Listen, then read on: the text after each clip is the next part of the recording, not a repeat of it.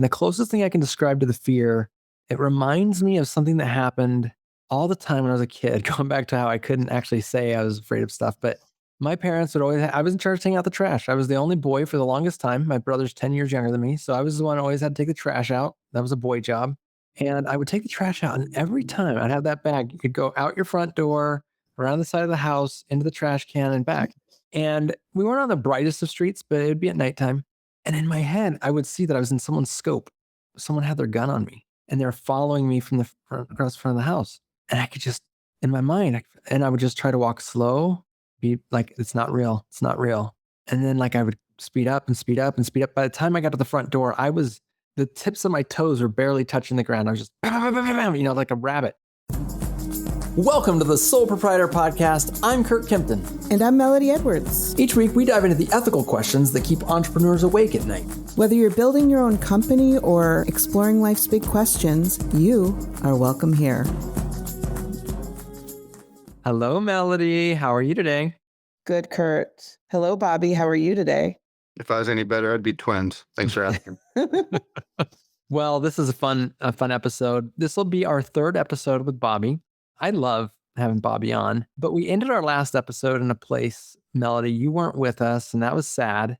So But we got a ability to talk about some stuff. We just scratched the surface, some stuff that Bobby and I went through together in terms of some of the hole in the pit, as we've discussed it before, of some mental health and depression and anxiety and different stuff that I feel like is more common in today's day and age. And I just felt like this was a topic that I'd really love to spend some time on with our listeners. And I know that each one of us on this particular episode has had interaction with mental health. I want to say issues, but like it's really a journey because there's like this falling portion, this climbing portion, and it's a lot of work. And I spent most of my entrepreneurial and childhood life not having any real mental health struggles. And so I started out in a place where I couldn't understand. Then I had some experiences that caused me to think, this is real, and tried to come out from sympathy. And it's only been in the last few years that I've been able to get to a place of actual empathy, having had experiences myself. So if it's all right, today I'd like to just share with our listeners some of the stuff. We'll obviously be tying it back to entrepreneurship, but I think that there's some stuff going on in the world today that might require a little bit extra knowledge that we might be in a position to share. Okay. Yeah, let's do it. Tell me all about your issues, Curt. Tell me everything. I'm your business therapist. No, I know. I'm happy to start this because this is a journey I've been on since I was very young. I had a lot of childhood trauma, as many of us have, especially in our types of industries. It's very common. But I didn't start recognizing it until I was about 17 or 18. Once I started trying to deal with it, I basically had a breakdown. I tried to take my life, not just once, and I was hospitalized. In the olden days, we called it the psych ward, but now I think we call it or the fifth floor, but now it's like the mental health facility. That was a very interesting experience. I think the reason it happened 3 times is because one of the things about being in a place like that is time stops, responsibility stops, and you're surrounded by people who feel similar pain to you. We all came from very different backgrounds, but it was easy to connect with people there. And it started my journey with medication and all sorts of other things. And it was really, really hard because I didn't want to be on medication and I didn't know how to manage my brain. I don't know if you're skipping over details because Probably. it's maybe too painful, No, it's not. or I don't want to pry too hard if it, just stop me if I am. But how old were you, Melody? The first time I remember it, I was 9. I used to be unable to sleep when I was really young, 8 or 9. And so it got to the point where I would take Vicks Vapor Rub and put it on my eyes because I thought that would make me sleep because I wouldn't be able to open my eyes. And I thought that's how sleep works. You just make sure your eyes are closed. My parents actually had to take it away from me because I was using a lot of it. I've always struggled with sleep issues. That plays very deeply into mental health. I've always struggled. Now I understand with disassociation. I am not always present in my body, which has always been my norm.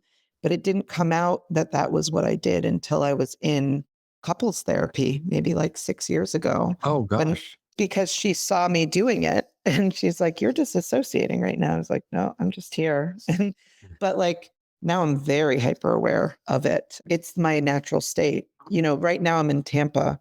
We're right next to the beach, and all day I've just been staring at my computer because I am but a brain inside of a body, and they're two distinct, separate things.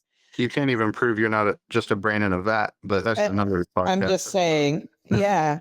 My whole journey has been lots of therapy, lots of seeking, because I want to be a healed person.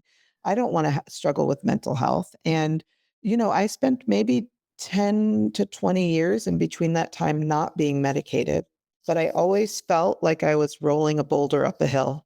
Even though I was successful, maybe to other people in their eyes, it just felt like life is hard all the time because life is hard. All of us were born in a similar age. I want to just paint a picture for either those who haven't been to this age of the 80s, 90s growing up time.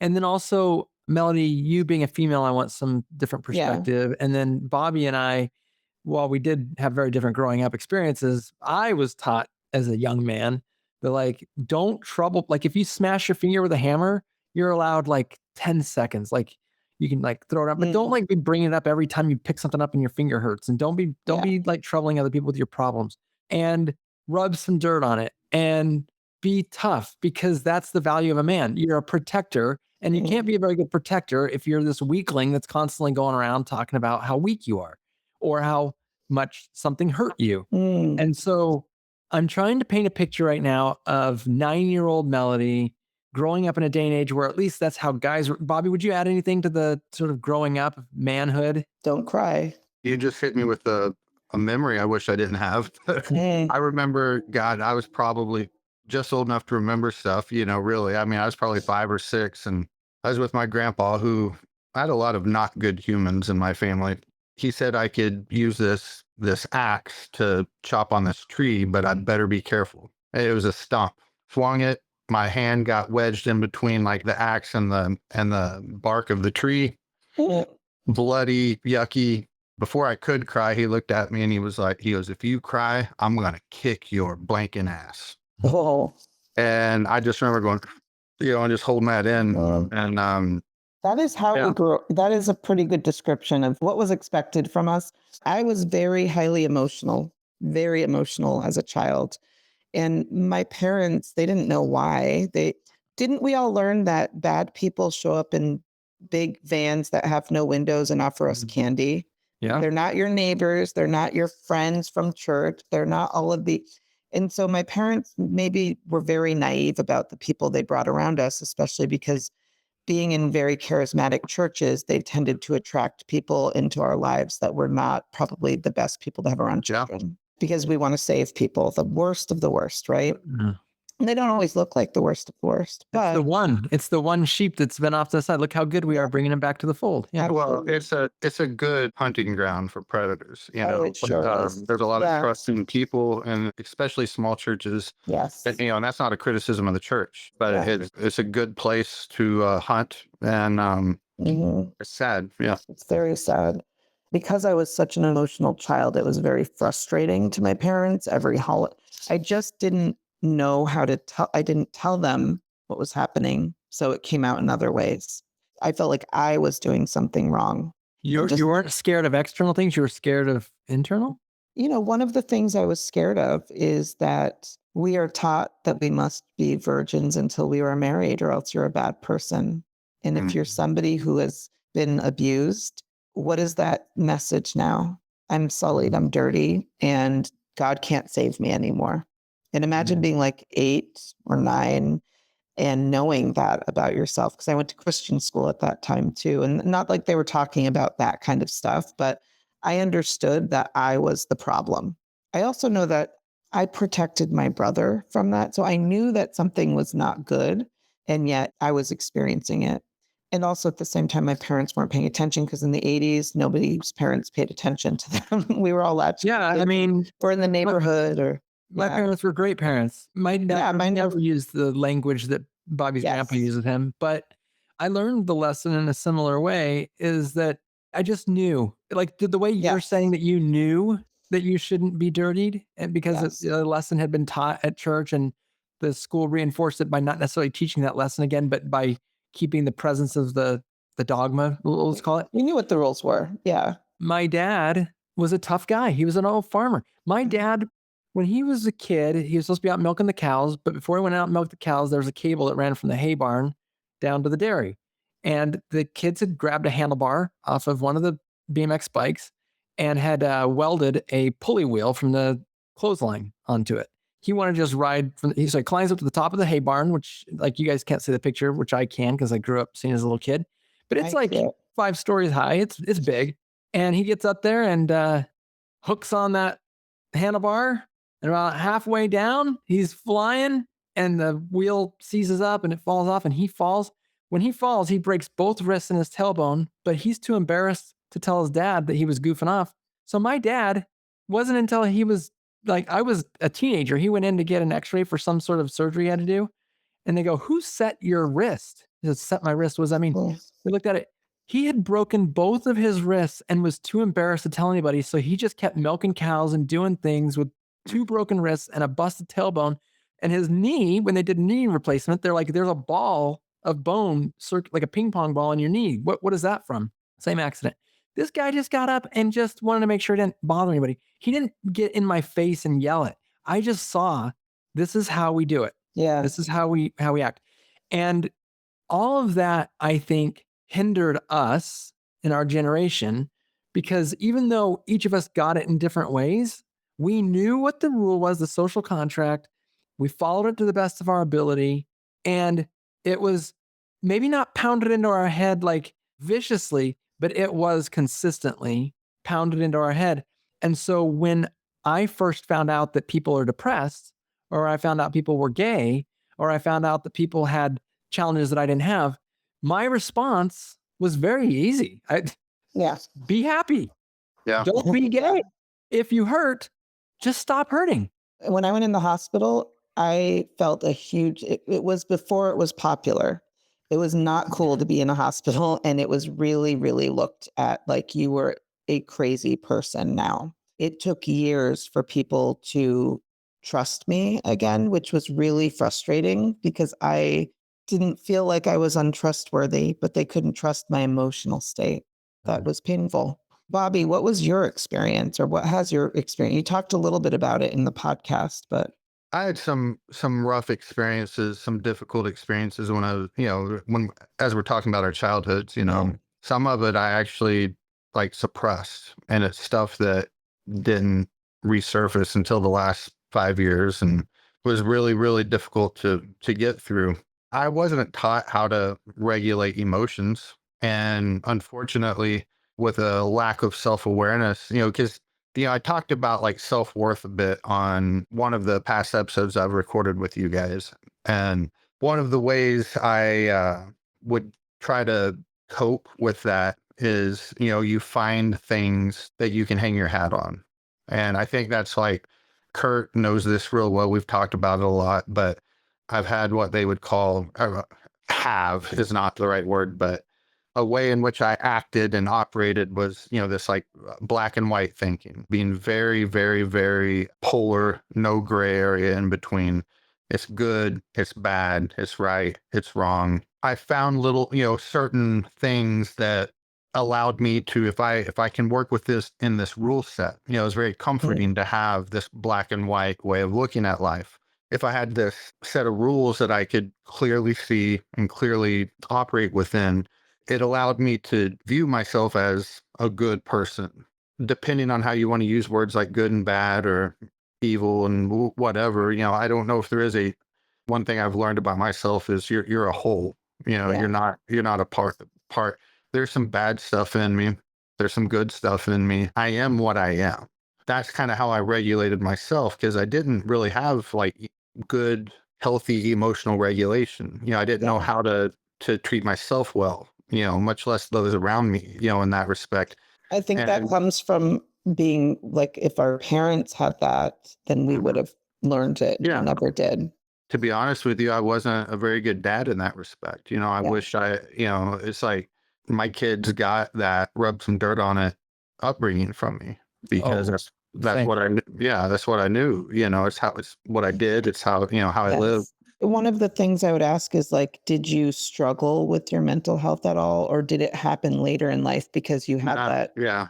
I dealt with the consequences of having some poor mental health, but having bad mental health wasn't a thing. Yeah, it You wasn't. just deal with it, right? Well, Kind you of were like what we're either, saying. So I didn't yeah, have that self-awareness until much more recently in life, which isn't a fun place to be. But when you have that awareness, you can at least start to heal on that stuff. And whenever you yes, just push it back and you don't allow yourself nor those around you, unfortunately, but when you don't give yourself an opportunity to be flawed, if that's probably not the best way to describe it, but you don't give yourself empathy, it affects you. And I can look back and how it has negatively affected me. It negatively affected my self-esteem, my self-worth, my yada, yada, yada, my relationships, all of the above. And when I did become evident or aware of these things, the weird thing is it was like the beginning of the most painful part of my life. I was out on a job site today working by myself, and I was thinking about this, and I'm like, some of these horrible, horrible, horrible experiences that I've had as far as dealing with them have been really the best things that have happened to me because I didn't realize what I wasn't. I didn't always mm, realize what I was either. I mean, there's a bit of both of that. The first domino was the hardest one, and it took forever, but it was like that self-acceptance stuff. Accepting I am who I am in these bad ways that I don't like, and these bad ways that I'm ashamed of, and these bad ways that I'm regretful of. But once I was able to be like, well, I don't think I deserve the death penalty. And I wasn't so sure of that for quite a while, to be frank. mm, But I was like, I don't deserve the death penalty. I don't have any other option than just to accept me or to just yeah. continue to hate me. But once that domino fell over, it doesn't mean the other stuff was easy, but the other stuff was able to move and progress from there. When I was growing up, the frame I was taught was that mental health isn't really a problem because you have your physical health that's easy to observe, and then you have your spirit, God. and your spirit drives your body. When your body doesn't have a living spirit anymore, we bury the body or burn it and have a funeral. But the energy that moves it, the brain and the tendencies and the all the things that we're good at and the things that we're not good at, those are things that exist as your spirit driving this physical form. To me, the struggle of mental health wouldn't have made any sense because we have this perfect celestial whatever spirit that Mm, maybe it's not perfect in terms of like how we act all the time, of course, but like I always viewed it as if someone is dealing with something that's hard, it's just a matter of their flesh is just making it hard for them to be who they need to be. So they've got to just take a chill pill and change, as opposed to accepting it. That would have yes. never been an option for me, accepting something taking me out of line because mental health can't be the problem. It's that the spirit needs to come into alignment. The flesh needs to like come into alignment with where the spirit wants to be. The spirit's willing, but the flesh is weak, so to speak. Can I ask a question Yeah. about that? So the way that it was framed to me is you either have God and like any mental weakness is because you're not godding enough. If you know what I mean? Yeah, That's how, that's a yeah. similar frame to what I had. That was how we would keep our flesh in subjection to our mind and spirit. Yeah. So that's actually the approach I took with my brother when he came out gay. I'm 22 years old and I'm telling my brother, Ooh, "You got to pray the gay away, bro. What's freaking pray wrong the with you?" gay away. Oh, Yeah, and my mom did the same, like all of us, because that's what our training was. We're yeah. severely ill-equipped. Now, I'm going to pause there for a second. Bobby, does that line up with kind of your approach to viewing the mental health stuff, or as a kid? Yeah, like I would say before my personal conversion experience. And what I mean by that is like when I was in high school, I chose to like dive into following God. Prior to that, I thought it was all real and you were just, God family football kind of thing, and just how you were raised from where I lived anyway. But yeah, I did. I can't say it better than you said. Oh, you're depressed? Don't be depressed, man. You're Yeah. just putting your what's important to you in the wrong spot. Yeah. You're being silly. Don't just choose not to be like that. And now in hindsight, that's really embarrassing because I was in that damn hole, and God, I wish I could have just chose to not be in it. I Yeah. just wish I could have, but I couldn't even throw like lifelines out. I was just hoping someone could throw one in and help dig me out of that thing. So yeah, I grew up like that, looking at it that way. A real good analogy, a pop cultural one is, or not an analogy, but a reference, I guess. But even like ADHD or ADD, as it used to be called. I remember there was a South Park episode, and there was like a commercial for this doctor that helped kids with, ADHD, and had all these kids in the classroom just constantly spazzing out, blah, blah, blah, blah, blah. And the doctor was like, now with my techniques, I can help these kids to get over it. And he walked up to the first one and he smacked him in the back of the head and said, do your dang work. And then the kid straightened up and did his work. And then he walked up to the next one and smacked him and said, do your dang work. And he straightened up, and then he just looked at the third one, and the third one just started doing the work. And I thought that was funny. I mean, and it's still, I mean, It is because that worked when we were kids. It seemed like it, but it didn't work. That's what happened with me. But I still, like for me, Yeah. I look back now and I'm like, wow, I suffered from ADHD as a child. I just didn't know what it was, but like I couldn't do Yeah. anything. I can stare at this book for 3 hours, but I'm not Yes. gonna get anything out of it. That's probably the best pop culture reference I could think Yeah. of to describe how I was raised and how I viewed it. Well, I think Christianity, I see it still. My parents say a phrase that drives me crazy. I hope they never listen, but they might. They say, well, it was a God thing. God wanted it to be. And then when something doesn't happen, it's like, well, and they don't say this part, but I've heard it. God just didn't want it to be so. Or like, oh, like it's like you're taking any responsibility and placing it on God and what God wants. And with mental health stuff, it's like God wouldn't want you to suffer. Like you need to just believe more so that well, you can, that's actually, depends on the God. I was gonna say that Yeah. my God actually does want us to. It's part of the weight training program of our spirits. So I have the answers to that stuff. I can make it all make sense if we can circle our Take logic up your enough. cross, deny yourself, follow Yeah. him. It doesn't matter what makes you feel good or what's good for you. You got to deny that. You've got to push through and do his work. And I think that's where I wanted to get to with this like sort of first part was that mental health wasn't a problem until it started falling apart. And I made all the fine print I possibly could in my head. Like, yes, if you say prayers, God will strengthen you. Yes, through the atonement of Christ, we can be cleansed and feel good about ourselves and be good. And I don't know, I was just raised with a lot of this stuff. Like, if we have it all here in the nest at the house, you have an unfair advantage over everyone else because you've got Jesus, you've got God, you've got the right teachings, the right commandments to follow, the things to do, check off the list. And I was sheltered enough that it made sense for a really long time, really, really long time. And then when I grew up, I made my own shelter, right, from the world. But it wasn't until I started getting all these relationships throughout that stuff stopped making sense. And my fine print couldn't hold up anymore. And I think that's where I want to get to now is like, if everyone that has God in their life and whatever your religious discipline tells you about the unfair advantage you have, it's when you step outside of that and you realize if we were doing a study right now, and I know right now it's anecdotal, but actually Bobby shared this with me, and I actually just recently looked it up on Google. Prayer actually has a negative impact, according to studies, on your ability to recover in a hospital like life and death Well, it situation. depends on if they knew. Yeah, if they knew, they actually If they did knew it was worse. worse. If they Which a didn't placebo know, effect should be opposite of that. The you would placebo think, effect yeah. should have been different.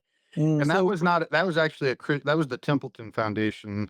I don't remember how old that study is, but that was actually like a Christian foundation. That's not some evil atheist scientist that were trying to just, Well, when I looked it up, it's the only people that had the courage to do it. I can't find another study because I was hoping to find several studies that would give me more diverse data. Can't find any more. We're talking about, our religious experience a lot, but, I think it's important to note that it's not just that, like Yes. I wasn't raised to go to church all the time. I was just raised culturally Christian, not actually Christian, right? I know there's some people that are probably going to hear this that have deep faith roots and might feel, they're something that's very important to them, their faith being attacked here. And it's not, Like Curt? it's not a, maybe so, but it's not like an attack on that. It's Yeah. just trying to have a self-awareness that it's okay if there's some things that are broken in there, if that's the best way to say that. And A paradigm shift is where I was headed. Like the okay, shift of like where you're at now is basically an accumulation of all the things that you take as fact and what you're convinced of. And it's sometimes when stuff doesn't make sense, you just keep trying to bring it into alignment of the paradigm that you live in. And that's where I want to get to, whether it's really, like you said, Bobby, whether it's religious or just the cultural or even just a familial way of being. Like my dad, I wasn't religious about how Yeah. to slough off pain, but it was cultural and it was definitely familial for me in my culture of my family. That's just how we are. And it wasn't until like later in life where I'd have like someone like that brick wall that was so stable. Like I look over and like people have pulled a few bricks out and I'm like, holy cow, this wall's really weak. I don't know if this will ever wall really ever should have been here, kind of thing. There's yeah, one thing that we're missing from this. We are all in our mid to late 40s, early 50s, right? So we grew up in a certain generation. And the other part about our generation that was really important, and we didn't even address the fact that people listen to this because it's a business podcast and we go into spirituality. But there are lots of people who didn't grow up religious and they still may or may not have been aware of their mental health because I think our generation was taught to work really, really hard. We were sold that American dream harder than anything because we had started probably maybe to not believe in the dream, but then we're like, you just have to work really hard and you'll get what you can work for it. And I was raised by workaholics who trained me to be a workaholic. And I think it's especially in entrepreneurship, like that's how we kind of end up here. You kind of have to be a hard worker while also saying we're seeking freedom from all this hard yeah. work, but then we just put in more hard work, you know? So that is another sickness that we have, and it has to do with mental health also. Yeah, it's like a drug. Achieving something, but it can be in a very healthy way, very therapeutic.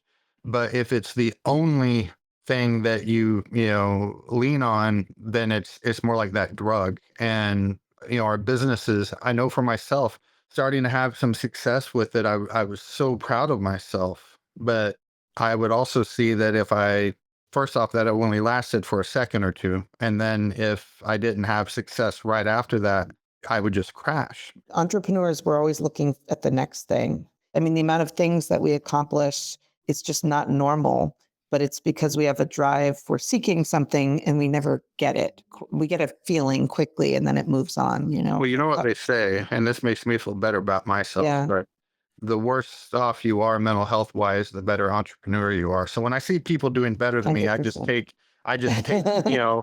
satisfaction in the fact that they're more messed up than I am. Yeah. Well, I would say that it has actually being I'm just kidding. aware. I'm just kidding. She's totally kidding.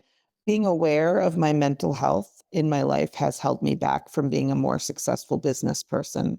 And it's because I understand that how stressful and it can be when I'm not feeling my best, when I'm doubting everything about me, when I'm having my quarterly midlife crisis, as I call it, Mhm. annual quarterly midlife. And it's because we go in waves. At least I do. And I think a lot of entrepreneurs, we have this vision mind where we can have a sparkle brain. And then there's always a crash for a lot of people Mhm. if you have that kind of like brain. And I fear the crash because I know when I have a crash, I haven't learned how to accept it as part of the cycle.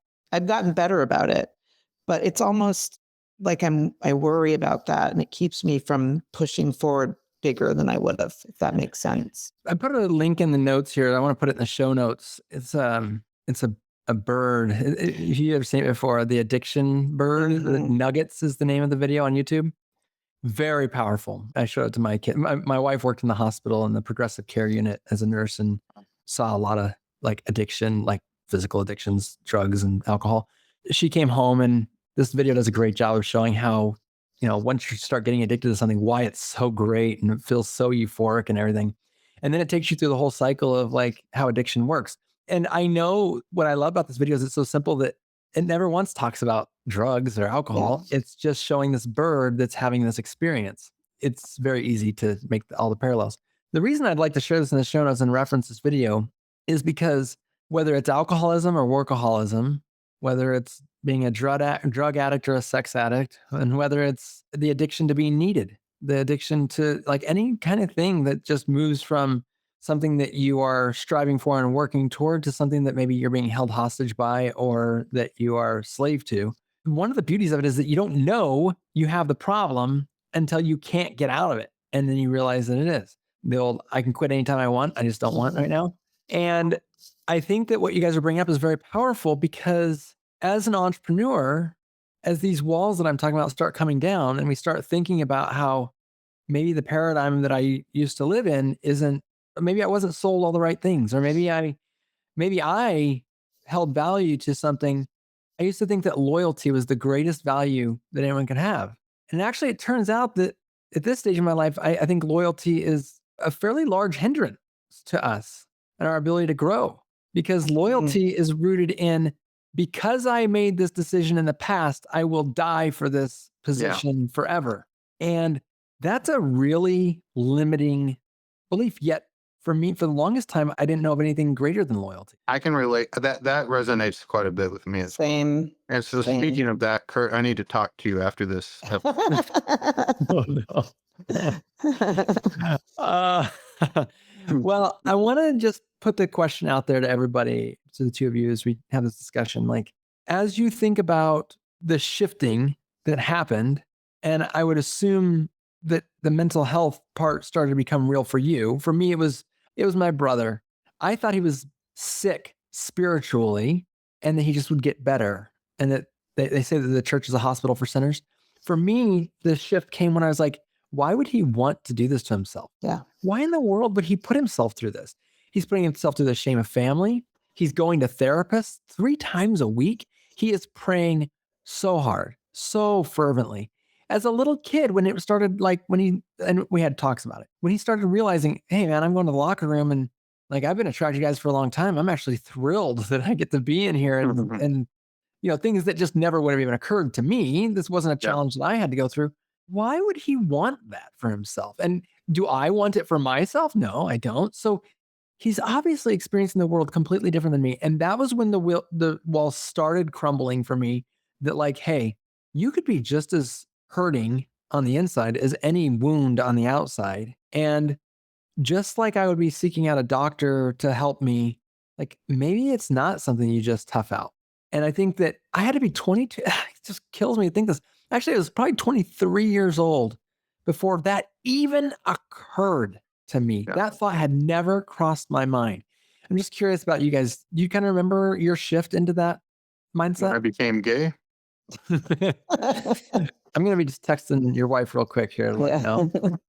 know. No, but in all seriousness, I mean, I heard what you said, but clarify your question for me, please. Yeah, I'm just curious about this. The first time that it ever shifted for you that you came out of a life where mental health was like this thing that like doesn't actually really exist. And Melody, I'm really curious to hear your thoughts because you're in a hospital at such a young age with medication and with the actual doctors. Bobby, I think that you might be closer to later on in life like I was. Yeah. But I'm just curious, like at what time did you realize you can't just be happy and stop being depressed? You can't just pray the gay away. Like these are real things that have to really be dealt with just as in a professional way as anything else. My answer is an easy one. Basically, I had no choice but to see it because I was stuck. I was probably in month 3 of not being able to get out of bed, crying over You were anything. that deep in before this occurred to you. Well, yeah, I mean, I don't know, maybe I was 2 months and I don't know, but I'm just saying like You it were was, deep. yeah, it came on quick, I mean, this was about 5 years ago. I don't remember exactly, but it came on quick. And right around Christmas time, I had got out of the house for the first time. And well, I shouldn't say the first time. Over about a 3-month period, I think I left my house 12 times. I was up at my office by myself and I was just trying to find something to be happy about. My wife had just bought me a few days prior on Christmas, got me somewhere right over here, a little Donald Duck Lego thing that I'd got in my stocking. And I was sitting in the office putting it together, just trying to just something that was sentimental, just trying to get Yeah. some juices flowing. And I had a YouTube video. It was like a TED Talk or something that popped up. And I don't remember exactly now what she said, but it was just some like probably 20 something, late 20-year-old woman up there that was talking about, she said something along the lines of, can you not get out of bed anymore? Are you stuck in bed every day? Do things that used to give you joy not give you joy? Are things that you used to be interested in something you're not interested in anymore? You're depressed. And I remember I just broke down. It just hit me. And I'm like, oh my God, I'm like this thing that I didn't even think existed. I had driven up there by myself. I had to text my wife and tell her to come get me. I just Wow. I couldn't function at the moment. That was when it like really hit me hard, was in that moment. Wow, that's really poignant. And for it to happen, it's just crazy. So yeah, Bobby and I both were quite along in life before it happened to us. Melody, how about you? Obviously, a very different experience, but I would say, even though that happened to me when I was, 19, I think the first time I was in the hospital, between 18 and 20, it's hard for me to remember. In the beginning, I accepted, like, because you were either crazy or not crazy back in the day. There was no Yeah. like depressed or, we didn't have the medications the way we do now. We did, but people didn't talk about it at all. I just felt like a crazy person now because that's what I had Mhm. been labeled.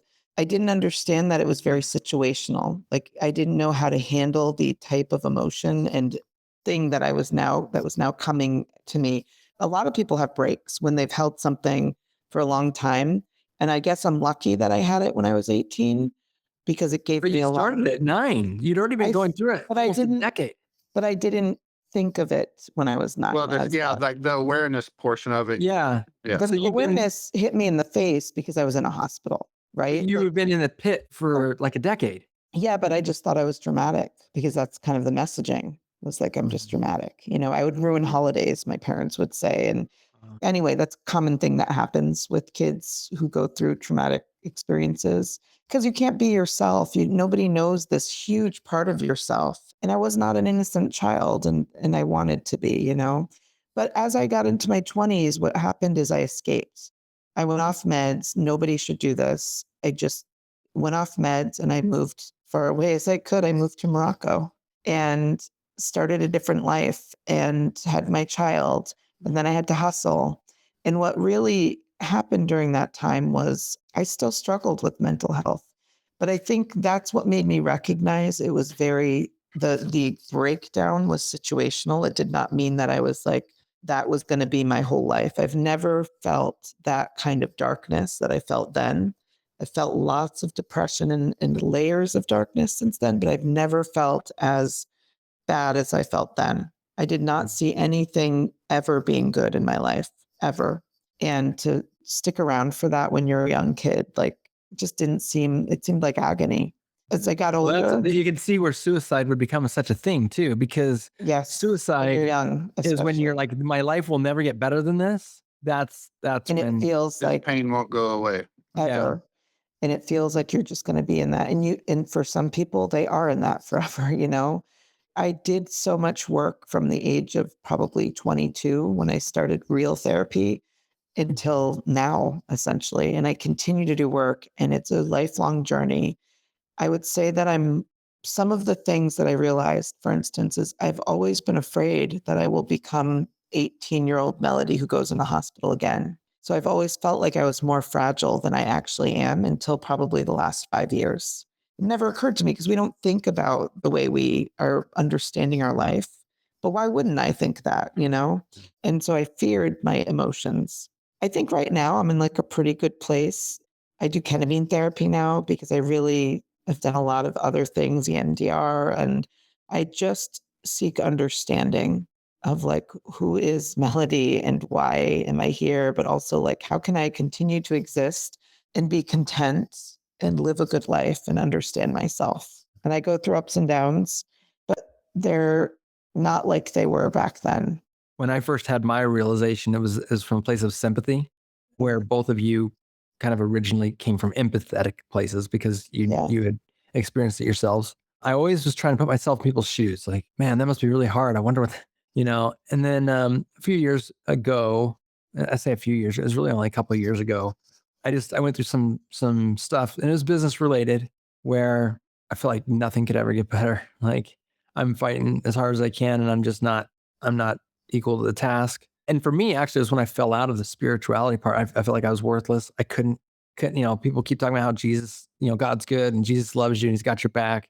And I felt like even the woman I'm married to that I can physically see who is constantly trying to get my back, she can't even get my back and I'm holding everybody back. That's the depression, dangerous side. And then there's like the fear that came with it. And the closest thing I can describe to the fear, it reminds me of something that happened all the time when I was a kid, going back to how I couldn't actually say I was afraid of stuff. But my parents would always, I was in charge of taking out the trash. I was the only boy for the longest time. My brother's 10 years younger than me. So I was the one who always had to take the trash out. That was a boy job. And I would take the trash out. And every time I'd have that bag, you could go out your front door, around the side of the house, into the trash can and back. And we weren't on the brightest of streets, but it would be at nighttime. And in my head, I would see that I was in someone's scope.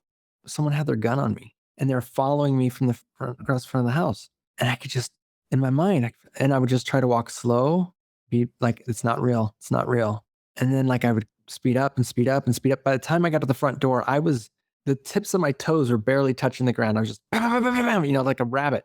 And Bobby, I'm laughing because I wasn't afraid someone was going to shoot me, but that fear of the dark, it was something was behind you. I didn't even want to turn around. I was just ran. And I would open that door and I would not breathe heavy. Immediately in the light, immediately in the house, door shut behind me. Everything's normal. And I couldn't let anyone know I was afraid. Yeah. And I felt like that 24 hours a day. I would lay in bed. Did you feel like you were being watched because I always grew up feeling like I was being watched. It was so normal to me. No, not watched. Well, I had Truman Show experience. Are you talking about like a Truman Show kind of thing? Well, I'm surprised that happened to you. I know why I felt like I was being watched, but like, I just felt like I was living under somebody else's eyes, and maybe it was the eyes of the Lord or something that I was thinking, but so interesting that we all mine was, it was very short stints, very terrifying. And then it was as an adult when I started getting that depression, then I had that same anxiety. And that anxiety was just, the only word I keep thinking of is intoxicating, but it was like I was drunk on it. Like it was horrible. And I felt like I couldn't shake it, and I'll never be able to shake it. And like, I can't run fast because that was the idea. If I run fast enough, that scope won't be able to hold steady on me. Right. And I felt kind of like in a more figurative way, is that same like all encompassing power. And when that empathy moved in, it changed everything for me, changed everything. As a business owner, I changed. As a husband, I definitely changed. And as a father, I definitely changed. But I think that that's the mix that we're talking about here, is that anyone listening who has a business, like if you don't have sympathy for people who are going through mental health, you're going to have a real tough time as you introduce to customers and employees and business partners or whatever. But if you don't have empathy, it's still like the best you can do. And certainly I think it's noble. It's the best you can do. But my gosh, this is one of those times for me where empathy was like just so precious to have it. Well, I would say I've worked with, I want to say hundreds, maybe high hundreds of people at this point who are business owners, getting them the virtual support, and with the goal of them being able to have time again to do the things they love or be with their family or take. And universally, I see that these people are unable to gain back the time that they so desire. Yeah. Universally, no matter, and I am that person. I can at times, but it's almost like I'm my own worst, we are our own worst enemy until you start doing much deeper work. And when they talk about like, if you want to move to CEO level, you have to do like all this work to get there. But it's like, we don't want to stop. We don't want to think. A lot of people have a lot of things that if they don't think about it, then that's better for them. And I think entrepreneurs are known to have we have dyslexia and ADHD and a lot of trauma in the background because we can handle lots of things at the same time that normal humans cannot handle. We're really good at not handling them, which allows us to keep going. To master. Yeah. Like you can shoot me 100 times. I can still walk like a I'm zombie. still marching forward, baby. Yeah. Yes. And that's the thing about it is like, we are now all in a place where I think we're so much more aware. And yet I'm still struggling with that. I'm preaching it to people, but I also talk about how it doesn't matter if I give you all this time, you're still not going to have time. Melanie, I think this is where we really shine as a podcast, though. Yeah. Is that we're not here as preachers, like to tell people we've got the answers like a guru. No. We're here to say, like, hey, this deserves real attention, right? Like, have you Yeah. taken time to think about these things? It's the same reason when Bobby was talking earlier, I want to make sure everyone knows, like, I think everyone knows me at this point, hopefully well enough to know I'm not trying to tear anyone's faith down. The point is that have you taken Well, time to I think about became an this? atheist because of you. So Yeah. Well, that was inadvertent because back in those days, Yeah. I think that the beauty of this podcast is like, hey, have you ever stopped to consider this before? This is real stuff. And I think that as entrepreneurs, we don't do near enough of it. My experience as an entrepreneur is the moment I break through any barrier, I'm looking at the next barrier Yes. and I'm kind of frustrated how long it took me to break through the barrier. And I'm looking back like, huh, that's just a thing I did. It's not even anything I can brag about. Yeah. It's just, I tied my shoes this morning as well. Like, what are we Yeah. going to celebrate everything? So it's not good. It's not good because that same thing we do with alcoholism to escape is what we do it in our business. We escape. And the difference is that socially we are rewarded for being hard workers, makes us Yeah. feel good about ourselves. I think that the mother complex is slightly different, but I don't think that anyone who's providing for their family, or in the case of a business owner, helping others provide for their families, there's a little bit of a pride that comes along with it that goes, what a great way. While you're busy watching YouTube shorts, I put food on the table. And that superiority will just feed the beast like no other. I don't even think of it as superiority. I think of it as the story guys get to tell themselves because they need to have the story that they're doing it for the family. because they need to feel superior. Yeah. Melody, you don't understand it, but I don't. I'm sorry. because you don't have a bone in your body. To you, Can like, you explain it better, Let guys? me Yeah. mansplain this. Thank to you. Mel. Yeah. No, and I think it's even more frustrating for me because I am the mother wife. And I mean, I did support my husband through school. He doesn't like it when I say that. Sorry, Matt. He did drive a bus during that time, part-time as well. So, but the point is, like, I loved doing that. But when he now is an engineer and makes pretty good money, like he's supporting the growth of my company. I call him a minority shareholder. I don't get to say the same thing. I'm doing this for my family Yeah. because No. my family would probably be better if I didn't do it. And I don't want to. See, Bobby, Yeah. we've had this conversation several times. Like, imagine everything you do and then also feeling guilty on top of it. Oh, Guilt. that's so much guilt every day, all the time. Crazy. Yeah. It's crazy what you have to carry. But yeah, Totally. you already have one arm tied behind your back before you even get started. Yeah. What I would want to say to entrepreneurs who are men or women, it does take a level of self-awareness, but it takes you need to want to, even if you're in a depression, you don't have to be self-aware, right? Like we've heard this in this conversation because it's scary. What are you going to discover about yourself? And a lot of times I've heard people talk about depression. It can be chemical.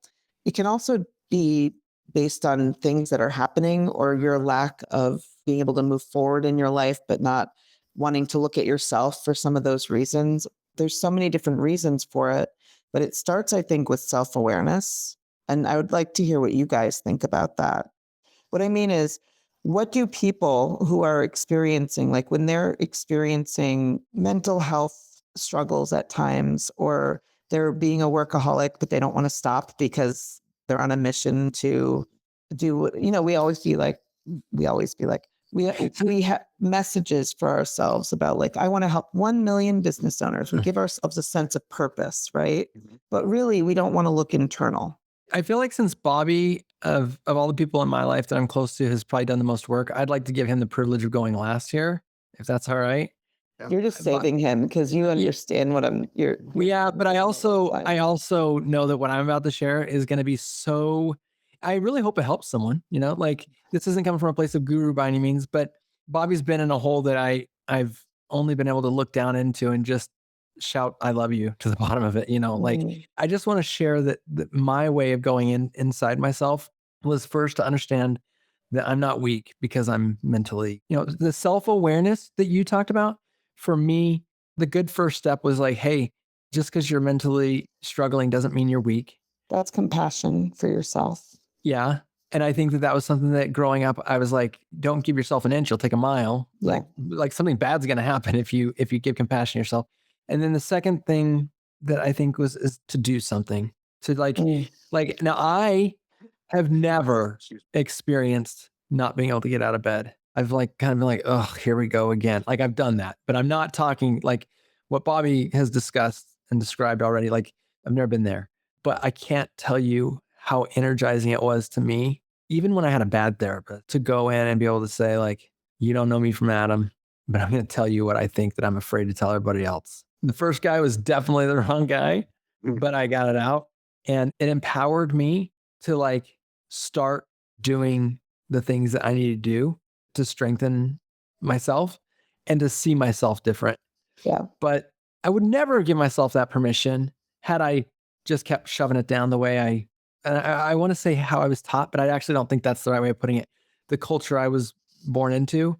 And so I've talked on this podcast about the monk that I had, the Buddhist monk I had as a therapist, teaching me to hold things lightly and to hold my hands open, the bottom of a bowl. You're holding the bottom of a bowl and you're going to receive things and you're going to let things come out of your hands and you're just going to experience them. And he introduced me to meditation, and he introduced me to introspection about like where other people, like, what do you suppose other people are thinking when they do these things that drive you crazy? Do you think that they're doing it just to drive you crazy, or do you think there's other motivations? And those kinds of things allowed me to think different and help immensely. My journey has not been as deep, but it's for me, it's important. And there might be a few people out there that it helps, but certainly it's not the only way. I don't know. Maybe I'm hearing you ask something different, Melody. But let me just kind of share what's on my mind. Yeah. Not necessarily talking about my experience, but when we're, from the perspective of like, what do you say to, or what do you think of, people that, or yourself when you've done this, that are just pouring themselves into their business, or the entrepreneur thing is the only thing on their mind. I don't think that that's necessarily a bad thing. Let's just say if I have, like I've got a couple of guitars over here. I'm not good at guitar, but I freaking love it. I can make some music. It's very therapeutic. And that's what I spend most of my time on, like just the time I'm allowed to be selfish with. Unfortunately, even time I'm not allowed to be selfish with, I, tend to spend doing it. That in and of itself isn't a bad thing. It's helped me therapeutically. It's helped me kind of express myself when I needed some help doing that, so on and so forth. I can't like point a finger at someone, and if a hobby to them is building the business, it's like, man, if that gives you joy and whatever, do that stuff. To talk about my own experience in that context is, I've talked about it some, at least on my old podcast, which was like balance in life, and a work-life balance, or, just balance in general. And my honest thought back then was, there's not balance. What are you talking about? Balance is stupid. You're all in here, you're all in there. You do. And all I was doing was just describing my own experience, which is I am that adult poster child for ADHD. So whatever I'm doing at the time, it's like the only thing I'm doing, and I'm doing a whole lot of it. Right? That's my experience as well. Yes. Yeah. And now that's not necessarily good for me, but that is kind of a natural state. So for myself, what I've learned to do is, one, condemn myself or not beat myself up when I'm doing that, because it's like, hey, this is how I function. And I'm just going to be like, all right, I'm going to get really good at this guitar technique this week or this month or whatever it is. Or okay, I'm going to be really good at sending out email campaigns on this particular month, because that's where my head's at. But I think for me, and maybe for people that have been like me or are like me, but I think at least exploring that balance thing. I don't want to keep going back to the acceptance stuff, but that's really important. And the reason it's so big to me is that's it's a new food for me, for you Office fans out there. But but that it's a new thing for me, so it's still kind of fresh and a big deal. But for me, starting to find balance where it's like, okay, I can, in my example, I can obsess over this thing. Yeah. But I've got to make sure that I can do the things that are important, at least when they need to be done, learn how to deny myself a bit. When I do accept myself for what I am, it makes it a little easier to not be in that hole so much and so laser focused, and I can step back and see how the rest of the world around me needs to be taken care of. And the final answer is finding some balance from someone that used to think balance is silly. I think that's at the very least a good topic for someone that doesn't have that to explore. You know what was missing from what I was talking about? Because it's an assumption that I have in my head always is the fact is a lot of people start doing it for the family and then they get lots of money or they get the things and then they keep doing it anyway. Yeah. And I guess that's what I was really talking about is the seeking of the stuff, the money. It becomes a game of just always collecting more. And That's big, actually. Yeah, and that yes. resonates with me. Yes. And so, just to add to that, Okay. going back to the whole self-acceptance thing, but maybe it's not self-acceptance, but self-prioritizing. A way someone that doesn't have a lot of self-worth can synthetically manufacture it is to do everything for the people they care about. True. Now, I want to be clear. I'm not suggesting we should not do everything we can for the people we care about. But to your point, Melody, if I'm following you now, is that those things are still not fulfilling. One day the kids are going to move out of the house. Someone listening has already had this tragedy, but some of us are going to lose our loved one sooner than we expect to. And when the stuff hits the fan and all we've done is build our self-worth around what we can do for others, that's when you find out that you're built on the sand, not on the solid Christ, the solid rock. You know, and when you're built on the sand. You know? When you say do stuff for others, you also mean gaining are you meaning through business or for your family? Well, I would say your life. So like from, you know, in the context of this podcast, a lot of us, I mean, we all see it, you know, and you were just talking about, I'm doing this for my family, you know, I'm giving, and that should be a motive. I don't want to put a should on you. That should be a motivation. You know, you love these people. You want to do your best for them. 100%. I think the important thing that we have to realize for our own health is that you can do those things and still do the things that you need to do for you. Yeah. You can prioritize your needs and still be a giver. But just being selfless is not selfless. You know, just being a people pleaser is not, it's a very selfish way of doing it. If you're just doing those, you know, I don't know, I'm getting into I get that. Yeah. It's not the weeds, but I do agree with you. And I think interestingly, you went to that giver perspective. And I agree with everything you said.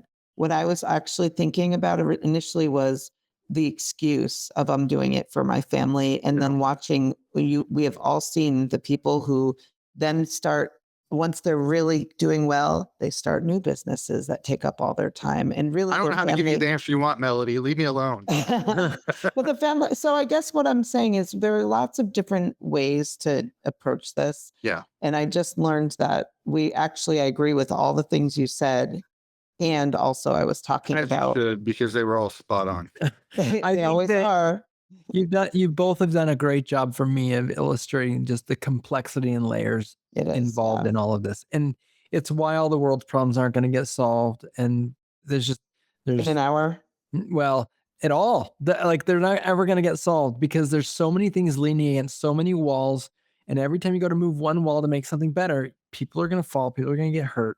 And when you do something to make yourself better, especially mom guilt, when you go do something to make something better, you're going to feel a guilt that comes along with it. And when you numb that guilt away, then maybe you won't have that check in place to keep you in balance. Sure. And so are you telling me to continue to be guilt-ridden, Curt? I'm telling you that listening to the two of you talk has been incredibly enlightening to show all the nuance that goes along with something that is such a powerful thing. We've talked about addiction today. Well, that's powerful. Habits can be powerful. But you know what else is powerful? Is a hand grenade or a dynamite, a stick of dynamite or nitroglycerin. Like all these things can be used to like cut really nice roadways and to keep people warm at night and to move trains forward. And they can also be used to burn people's faces off and hurt people really bad. And that's just the nature of powerful stuff. Well, on that note, I have to go to an elegant dinner soon, you guys, because I'm taking care of myself and I'm at a mastermind. I guess that's not really taking care, but it is. If you went to the beach tonight. I did go to the beach right before this. I didn't stay on my computer. So. Okay. I thought you had been at the computer all day. No way. That's good. I mean, no way, only because I'm staying with somebody who, and we both agreed we wouldn't stay at the computer all day. That's how you do it, guys. Very cool. Well, I appreciate you, Bobby, joining us today. I promise we're going to start having podcasts without you. I just don't exactly know what that could I possibly promise look too. This is my last one for a while. like. But we love you, I had a Bobby. blast with it though. Well, you are our only and premier atheist correspondent. I But wear you are, that badge proudly. and you are so much more, and we appreciate you. And Yeah. you are always welcome. Thank Yeah. you guys. Yeah. Well, everybody, I hope this has been an opportunity for you to think inside of what goes on in your mind and in your heart, and that you can think of ways to be able to magnify what you want to make more of. Bobby's, for those you can't see, Bobby is putting up a nice statue of Jesus. Oh, wait, put the statue back up so I can It's a purple head. screenshot that. There we go. That's great. Nice. We all need a little Jesus in our life, and We you have. do. But anyway, I hope that you've taken time to be a little bit introspective, see about what kinds of things in your life could use a little attention, and what kinds of things in your life are maybe something that you want to do less of. But either way, we are really excited to have these conversations with you, and we look forward to talking to you guys next week.